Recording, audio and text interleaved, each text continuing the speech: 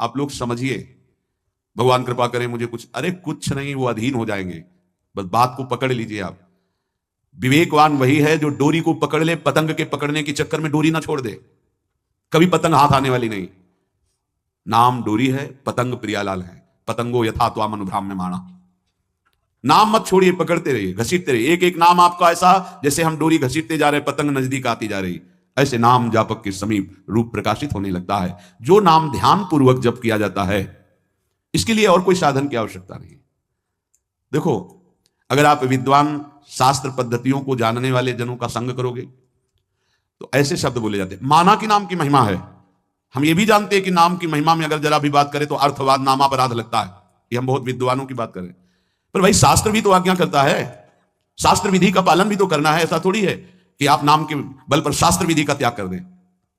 हम जहां से बात कर रहे हैं ना, बोले कहां से बोल रहे हो? बोले वृंदावन से बोल रहे हैं। क्या बोल रहे हो? विधि निषेध नहीं दास, अनन्य उत्कट व्रतधारी। हम उन आचार्य की शरणागति के बल पर बोल रहे हैं जो शास्त्र विधि निषेध के दास नहीं है।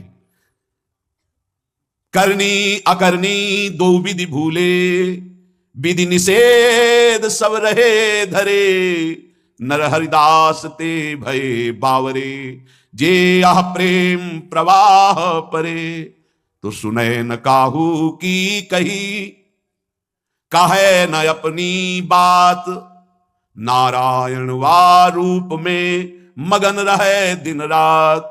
ना काहू सो बोलिबो, ना कोई व्यवहार।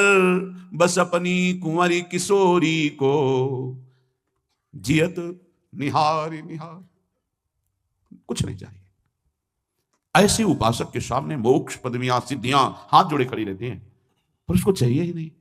जब तक चाह है तो पकड़ में नहीं आएंगी, जब चाह मिट गई तो सब घेर लेते हैं अपने आप, सारा वैभव रिद्धियां सिद्धियां सब। जब तक चाह है तब तक कर्म का भोग भोगना पड़ेगा। अचाह हो गए तो अब भगवत विधान लागू हो जाता है। अचाह महापुरुष के ऊपर प्रारब्ध नहीं, भगवत विधान लागू होता है। जिसको इस बात पर विश्वास नहीं वो प्रवृत्ति में फंस जाएगा। ध्यान दीजिए, इस बात पर विश्वास नहीं है कि नाम चल रहा है प्रियालाल का, अब मुझे कोई साधन की जरूरत नहीं। पूज्य भाई जी महाराज, मैं अपनी पहली और आखिरी बात कहता हूं कि आप नाम जप का नियम लें, निर्वाह प्रभु करेंगे। और कोई साधन करें, हम रोकते नहीं हैं, पर यदि आप नाम जप करते हो तो किसी और साधन करने की आवश्यकता ही नहीं है। महापुरुषों के वचन, ये कोई अपनी मनगढ़ंत बात नहीं है। भगवान ने अपने को सहज में प्राप्ति करने का उपाय अपने श्रीमुख से बताया। अनन्य चेता सततम यो माम स्मरति नित्य शाह, तस्याहम सुलभा पार्थे नित्य युक्त योगिना। जो पुरुष, जो उपासक अनन्य चित्त से मेरा स्मरण करता है, मैं उसके लिए सहज हो जाता हूं, सहज प्राप्त हो जाता हूं। जिनको लगता है भगवत प्राप्ति बहुत कठिन है, अरे ये तो कहीं ब्रह्म ऋषियों को मिलते हैं, नहीं नहीं, ये इतने कृपालु हैं कि बिल्कुल सहज हैं। जो सहज हो जाए तो बहुत जल्दी मिल जाए। कहीं गाय चराने वाले को मिल जाते हैं, कहीं एकदम भोले भाले जिनको ज्ञान ही नहीं है उनको भी मिल जाते हैं। एक बहुत ही भोला नवयुवक था, अढ़िया नाम था उसका। अढ़ाई कहते हैं 2.5 किलो को। पहला आहार उसका 2.5 किलो का ही है, आगे आप श्रद्धा रखें तो और प्लस हो सकता है।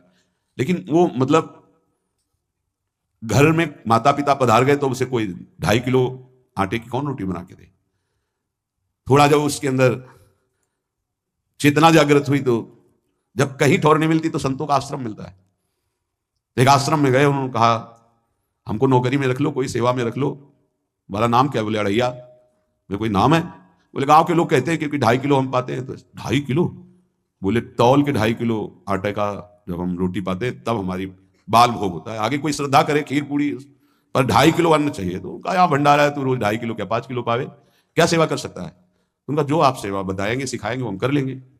उनका तुम गाय चराया करो, गाय चरा। भाई देखो, हमारा वैष्णव सिद्धांत है, तुम गाय चराने जा रहे हो, हम यहां से तुम्हें अमनिया दे दिया करेंगे, जंगल में तुम बनाओ और वहीं ठाकुर जी को भोग लगाओ और पाओ। बिना भोग लगाए पाने का विधान हमारे आश्रम से आपका नहीं बन सकता। वो हमको तो कुछ आता नहीं भोग लगाना, क्या भोग लगाएं? उनका जब आप बना लीजिएगा, क्योंकि अब यहाँ 2.5 किलो तुम्हारे लिए अलग से बन करके जाए, तुम अपना बनाओ, जो जो चाहो भंडारी से कह दिया दे दिया करो, वहीं लकड़ी बिनो, वहीं बनाओ और गाय चराओ और ठाकुर को भोग लगा के पाओ। जितना मनावे आप पाओ। पहले दिन भोग मिला बाटी बना, गरीब आदमी था, घर से तिरस्कृत था, वो सब जानता था, बाटी ऐसे उपला बीन लिए, बाटी बनाए, 2-4 आलू का भरता बनाया, 2.5 किलो आटे की बाटी। उसने कहा गुरुदेव के ठाकुर आओ भोग लगाओ आके। बड़े बड़े ऋषि मुनि मंत्रों से आह्वान करते रहते हैं, सरकार पधारते नहीं, केवल भाव से भोग लगाते हुए इतने लीला बिहारी प्रभु आ गए श्री राम जी। अड़ैया ने आंख खुरप लगी ऐसी तो आंख खोल के देखा, नवीन मेघ कांति करविंदाक्ष सारंग धनुष धारण किए हुए सामने खड़े। कहा कौन हो आप? हमें राम जी कहते हैं। आपने कहा गुरुदेव के ठाकुर आ, तो गुरुदेव तुम्हारे जो है उनके हम ठाकुर जी हैं। सही में आते हो तुम? बोले आए तो गए, और हम पाएंगे बड़ी खुशबू आ रही है आलू के भरता की, तुम्हारी बाटी बनी हुई। और गुरुदेव ने कहा तो भोग लगा के पाना, मतलब आप पाते तो हैं, नहीं सुना है? बोले नहीं नहीं पाते हैं, पर सबका नहीं पाते हैं। आप जैसे भक्त जब पुकारते तो बिल्कुल कुछ नहीं जानता था।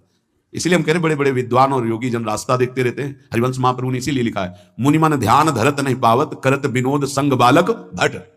ये विनोद करते हैं, प्रकट हो जाते हैं बड़े बड़े मुनियों के जो ध्यान में नहीं आते। काश तो आप हमको ऐसे ही रखोगे, क्योंकि आप आ गए तो आप भी। तो प्रभु ने कहा जब तुम 2.5 किलो पा सकते हो तो हम तो 2.5 मन भी पा सकते हैं।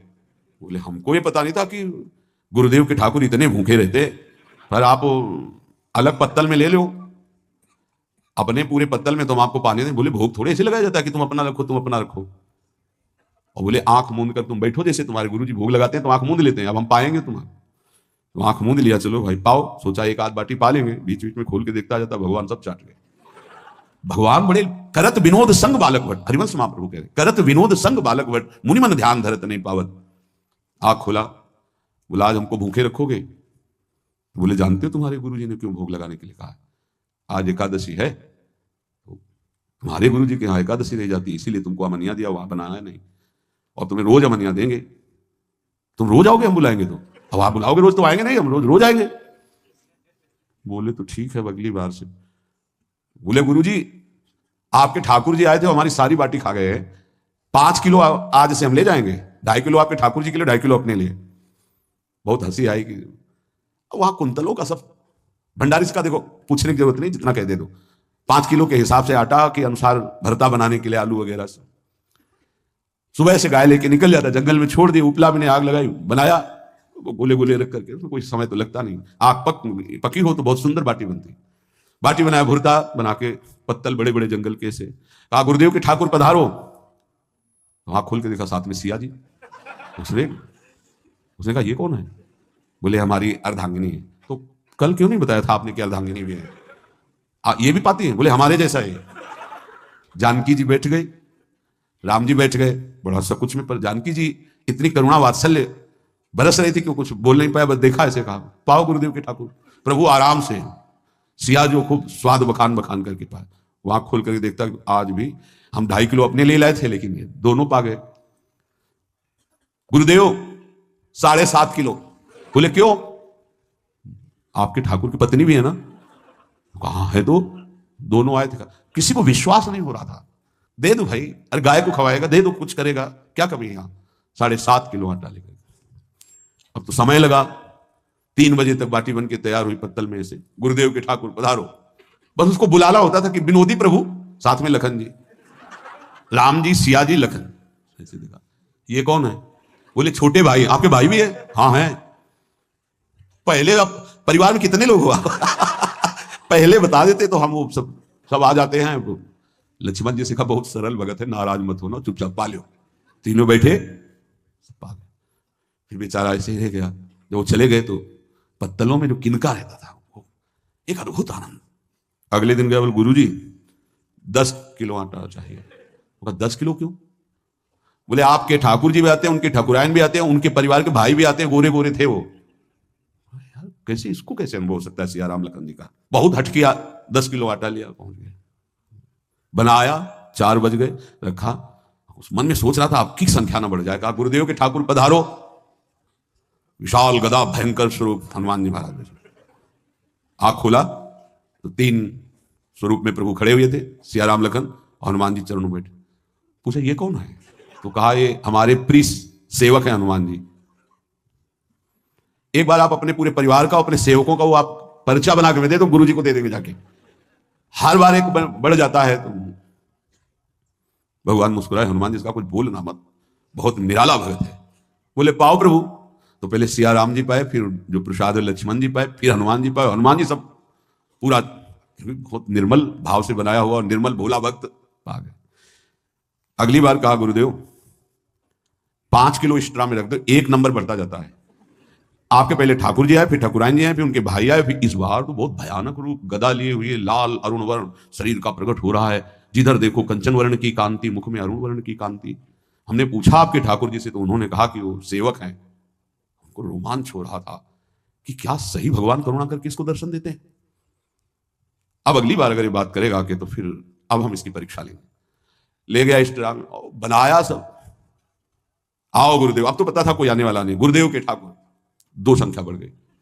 आंख खोल के देखा, कहा ये कौन है? तो कहा ये हमारे और भाई हैं, इनका नाम भरत है, इनका नाम शत्रुघ्न है। पहले महाराज बता देते ना कि आपके और भाई हैं, हमने कहा था, आपसे प्रार्थना की थी। पाओ बचे नहीं ना, 2 संख्या ज्यादा। अगली बार गुरुदेव से कहा कि गुरुदेव 20 किलो वाली बोरी में भर दीजिए, अब हम दिन भर बनाएंगे क्योंकि आपके इतने ठाकुर हैं। आज गया लेकर सब ऐसे रख करके पत्तल डाल दिया, कहा गुरुदेव के ठाकुर पधारो। बिल्कुल नहीं बनाया। आ गए प्रभु, कहा कहां यार, तो खुशबू भी नहीं आ रही, ना बाटी की ना भरता की। बोले प्रभु आपके साथ पत्नी है ना, और सेवक भी है, इतने दिन से तो हमारे हाथ का पाए हो, आज हम पाना चाहते हैं, आप बनाओ अपने रुचि का बनाओ और पाओ। प्रभु ने सिया जी की तरफ देखा कि अलवेला वक्त। सिया जी ने कहा अनंत सामर्थ्यशाली शक्तियों की स्वामिनी। बोले प्रभु देखो हमने ना उपला भी ना लकड़ी, आपके सेवक है ना, इनसे बोलो। तो हनुमान जी से कहा कि आप उपला और लकड़ी इकट्ठा करो, भाई आदेश है भगत का। लक्ष्मण जी चूल्हा जला रहे हैं, व्यवस्था आग की, और सिया जी के आंखों में आंसू भी आ रहे हैं, धुआं भी लग रहा है, पर बना रहे हैं। उसने कहा बनाओ, हम गाय एकत्रित करके आ रहे हैं। वो भागा, वो आश्रम में गया। बोले गुरुदेव आज पूरे परिवार सहित हमने फंसा लिया है आपके ठाकुर को। तो उनका क्या फंसा लिया? बोले बड़े ठाकुर, छोटे ठाकुर, सेवक, उनकी पत्नी और 2 भाई उनके, पूरा परिकर, सब बना रहे रोटी बाटी सब। महाराज आप चलो, आपको शंका होती थी आज उनके हाथ कब आएंगे। तो उनको लगा कि पागल आदमी, राम जी, लखन जी, भरत, शत्रुघ्न, सिया जी, हनुमान जी, ये बड़े बड़े योगियों के ध्यान में आने वाले नहीं, ये कैसे एक गंवार आदमी जिसको कभी कोई नाम जपना नहीं आया, कोई ग्रंथ नहीं आया, उसके सामने। पर भगवान की दयालुता पर संशय नहीं करना चाहिए, चल के देखते हैं। जो जीव ही वहां गए, चूंकि निरंतर भजन परायण थे, वहां गए तो पूरा राम दरबार उपस्थित, और बड़ा सुंदर व्यंजन स्वयं जानकी जी बना रहे। प्रभु के चरणों में साष्टांग दंडोत हुए। कहा प्रभु लीला समझ में नहीं आई। भगवान ने कहा देखो जो ज्ञानी भक्त हैं उनके लिए मैं अत्यंत तर्क के द्वारा भी पकड़ में नहीं आता, जो विद्वान हैं उनकी विद्वता मुझे छू नहीं सकती, लेकिन जो दीन है और भोले हैं उनके सामने मैं अपने इस दिव्यता, इस महानता को, देखो तुम्हारे इस भक्त की आज्ञा पर हमारा पूरा परिकर लगा हुआ सेवा में। ठाकुर जी की कृपा से जो गुरुदेव का प्रताप, जो ऐसा सौभाग्य मिला, परोसने में दोनों गुरु और शिष्य, पाने में प्रभु। बाद में जब प्रभु ने पा लिया तो जानकी जी ने उच्छिष्टामृत प्रभु का लेके और कहा देख आज तक तू मुझे देख नहीं पाया देखते हुए भी, इसीलिए कृपालु हैं। एकांत में श्री तुलसीदास जी रोकर प्रार्थना करते हैं, जनक श्रुता जग जननी जानकी, अतिशय प्रिय करुणा निधान की, ताके जुगपद कमल मनाऊं, जासु कृपा निर्मल मति पाऊं। करुणा निधान प्रभु श्री राम की अतिशय प्राण संजीवनी मूरी, प्राण प्रिय सियाजू की, सीताजू के चरणों की वंदना करता हूं, जिससे प्रभु को पसंद है निर्मल मति, निर्मल मन। उनकी कृपा से मेरा मन निर्मल हो जाए, मति निर्मल हो जाए, तासु कृपा निर्मल मति पाऊं। जीव ही जानकी जी ने अपने कर कमल से उस बालक को पवाया, अढ़ैया को, त्रिगुण माया का मल नष्ट हुआ। ओ जी सच्चिदानंद प्रभु का साक्षात्कार निहाल हो गया। कब कौन से गुण पर कैसे जी जाए विश्वास कीजिए, बस आवश्यकता सहज होने की। हमारी स्वामिनी जो सहज है, सहज होने की आवश्यकता है। जिसको ये कि कहां मुझे ऐसा दुर्लभ सौभाग्य, देखो कोई नाम जप उसके अंदर नहीं, कोई पाठ नहीं, कुछ नहीं। गुरुदेव ने कहा कि भोग लगा के पाना है, भगवत साक्षात्कार हो गया। विश्वास रखना चाहिए कि प्रभु हमें प्रतिपल देख रहे हैं, हमारे साथ हैं। सच्चिदानंद स्वरूप अपने आराध्य देव का निरंतर भजन और ध्यान पूर्वक भजन, ये 2 बातें कह रहे हैं, भजन और ध्यान पूर्वक भजन। पहले भजन करने की क्रिया होती है, फिर भजन में थोड़ी रुचि होती है, फिर ध्यान पूर्वक भजन होता है। ध्यान पूर्वक भजन, चल रहे हैं, बैठे हैं, चेष्टा रहित हैं या चेष्टा युक्त हैं, हर समय वही नाम अक्षर मात्रा सहित एक एक शब्द गूंज रहा है, उसी में प्रियालाल का रूप झलक रहा है। अब हृदय में ध्यान है, मुख में नाम है, मंत्र है, इससे बढ़कर जीवन क्या? विश्वास भक्त कोई होता है, अन्य को हो नहीं सकता। कोई भी अगर अपनापन होता है तो प्रियालाल झलकते। जिस समय वो कटा उसी समय वो सामने है। मैं हूं ना, तो किसकी तरफ देख रहा है? बस ये जैसे कहा जाता है कि प्रभु वृंदावन से बाहर एक कदम नहीं रखते, तो हमारे भक्त जहां होते हैं वृंदावन के, वहां प्रियालाल जाते हैं। ध्यान रखना, वहीं वृंदावन भूमि प्रकाशित होती है। चाहे वो लाखों कोस दूर हो, वृंदावन वहीं प्रकाशित होगा, उन्हीं के सामने प्रियालाल होंगे। ये भक्ति विश्वास का मार्ग है। तुम्हारा एक ही कर्तव्य है, सब जगह से अपनापन हटा के अपने इष्ट में रखना और उनका चिंतन करना। बस हमारी यही साधना है। फिर तो प्रभु की ओर से जो कृपा की धारा आएगी कि आप उस पर बह जाएंगे।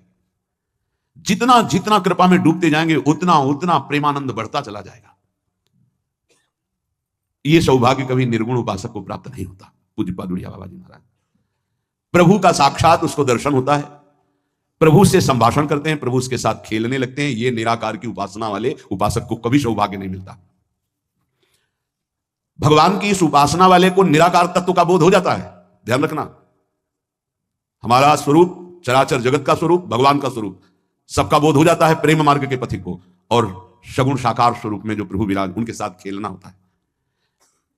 जो सगुण उपासक साकार उपासक हैं उनको तो निर्गुण उपासना का जो फल है सर्वत्र तत्व अनुभव, ये स्वाभाविक हो जाता है। लेकिन जो निर्गुण निराकार उपासक, उसको साकार रूप में दर्शन, संभाषण और लीला में प्रयोग, ये नहीं होता है।